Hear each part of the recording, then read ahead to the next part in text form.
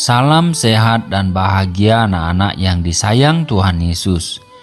Apakah kalian tahu karakter Allah yang paling utama dalam seluruh Alkitab? Berham tahu Allah Maha Kudus, karena sepanjang kita mengikuti 1 BDKA, maka selalu ada penekanan bahwa Tuhan Allah tidak mengizinkan siapapun menggunakan namanya yang kudus untuk kepentingannya sendiri. Iya, benar sekali.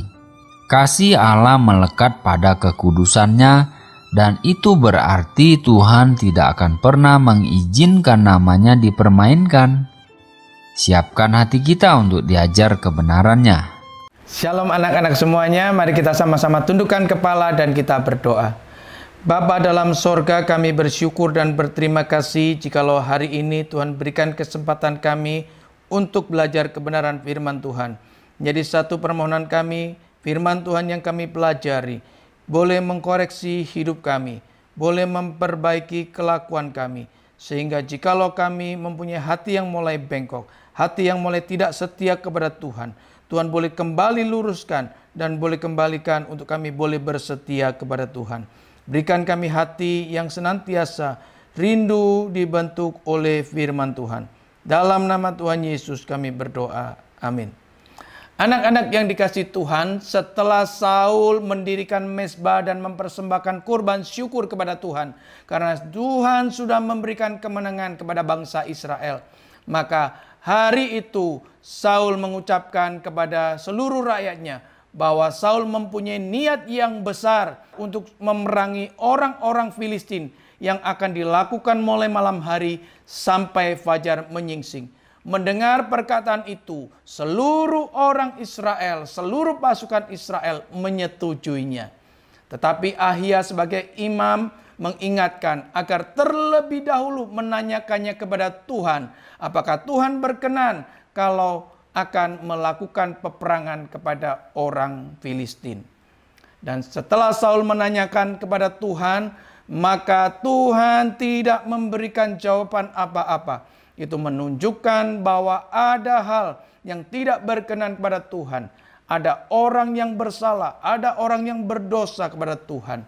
Dan saat itu Saul segera mengumpulkan seluruh rakyatnya, pasukannya, untuk memberitahukan kenapa Tuhan tidak memberikan jawaban atas pertanyaan yang Saul sedang pertanyakan kepada Tuhan tentang maju perang. Itu sebabnya Saul mengatakan seperti ini kepada seluruh rakyatnya, seperti yang tertulis di dalam Alkitab, di dalam 1 Samuel pasal yang ke-14 yang akan saya bacakan. Sebab demi Tuhan yang hidup yang menyelamatkan orang Israel, sekalipun itu disebabkan oleh Yonatan anakku, maka ia pasti akan mati. Anak-anak yang dikasihi Tuhan, kalimat yang diucapkan oleh Saul ini adalah kalimat sumpah yang memakai nama Tuhan. Ketika Saul mengucapkan hal ini, maka seluruh rakyatnya tidak ada yang memberikan jawaban. Dan saat itu, maka Saul berkata kepada seluruh rakyatnya, untuk mengetahui siapakah yang bersalah, maka harus memakai cara dengan diundi. Dalam zaman itu, bangsa Israel biasa mengundinya dengan memakai Urim dan Tumim. Dan saat itu juga memang itu adalah cara yang diperkenan oleh Tuhan. Bagaimanakah dengan orang Kristen yang hidup dalam zaman ini? Orang Kristen sudah tidak lagi diperbolehkan untuk memakai cara undi, karena itu sudah tidak diperkenan oleh Tuhan. Dan jikalau ingin mengetahui kehendak Tuhan, maka Alkitab yang kita punyai inilah yang menjadi jawabannya. Karena di dalam Alkitab ini sudah tertulis seluruh kehendak Tuhan. Alkitab yang terdiri dari Perjanjian Lama dan Perjanjian Baru sudah lengkap untuk memberikan jawabannya. Saat itu Saul memberitahukan agar seluruh orang-orang Israel berada di seberang sana, sedangkan Saul dan Yonatan berada di sebelah sini. Setelah itu maka Saul mengucapkan agar Tuhan sendiri yang menunjukkan siapakah yang bersalah, orang-orang Israelkah atau Saul dan Yonatan. Maka saat undian itu dikerjakan, maka yang kedapatan bersalah atau berdosa adalah Saul dan Yonatan. Karena Saul dan Yonatan kedapatan, ini sulit siapa sebenarnya yang berdosa. Maka dikerjakanlah undian itu lagi. Maka undian jatuh kepada Yonatan. Artinya Yonatanlah yang bersalah atau berdosa. Apa yang terus diucapkan oleh Saul saat itu? Saul mengatakan, Yonatan, apa yang sudah engkau perbuat? Maka Yonatan menjawabnya seperti ada tertulis di dalam Alkitab seperti ini. Memang aku telah merasai sedikit madu dengan ujung tongkat yang ada di tanganku. Aku bersedia untuk mati. Kata Saul, beginilah kiranya Allah menghukum aku, bahkan lebih lagi daripada itu. Sesungguhnya, Yonatan, engkau harus mati.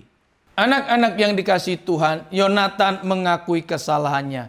Dan Saul mengatakan, Yonatan, engkau harus mati.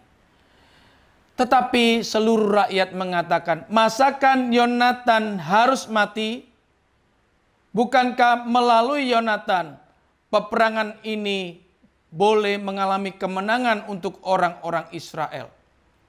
Atas perkataan seluruh orang Israel ini, maka Saul tidak jadi membunuh Yonatan. Anak-anak yang dikasihi Tuhan, dari cerita ini kita bisa mengerti bahwa Yonatan tidak jadi dibunuh oleh Saul karena memang Tuhan yang turut campur tangan di dalamnya. Maka ada satu pertanyaan, sebenarnya siapakah sih yang berdosa? Sebenarnya yang berdosa adalah Saul. Karena Saul bersumpah demi kepentingannya sendiri. Saul mengatasnamakan Tuhan atau Saul memakai nama Tuhan demi kepentingannya sendiri. Bukan demi kepentingan Allah. Nah, anak-anak yang dikasihi Tuhan, kita diingatkan pada hari ini. Baik engkau dan aku, jangan memakai nama Tuhan dengan sembarangan. Karena nama Tuhan itu kudus. Karena nama Tuhan itu suci. Nama Tuhan itu agung. Jangan sampai kita memakai nama Tuhan untuk kepentingan kita masing-masing.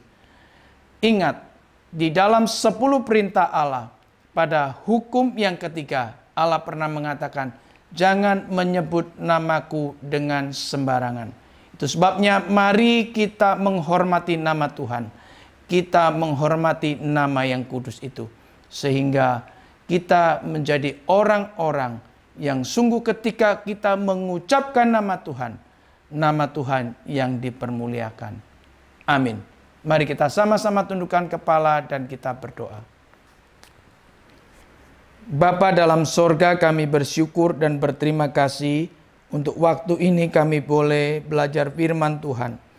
Tuhan sudah mengajar kami pada hari ini untuk tidak mengucapkan kalimat-kalimat yang mengandung sumpah, karena itu tidak berkenan kepada Tuhan.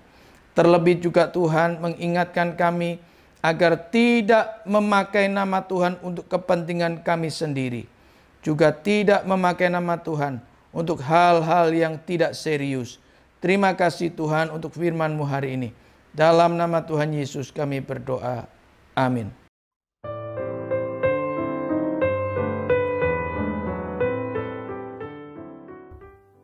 Kita semua bisa melihat bahwa kesalahan utama Saul adalah karena dia memandang bangsa Filistin sebagai musuh pribadi, bukan sebagai musuh Allah.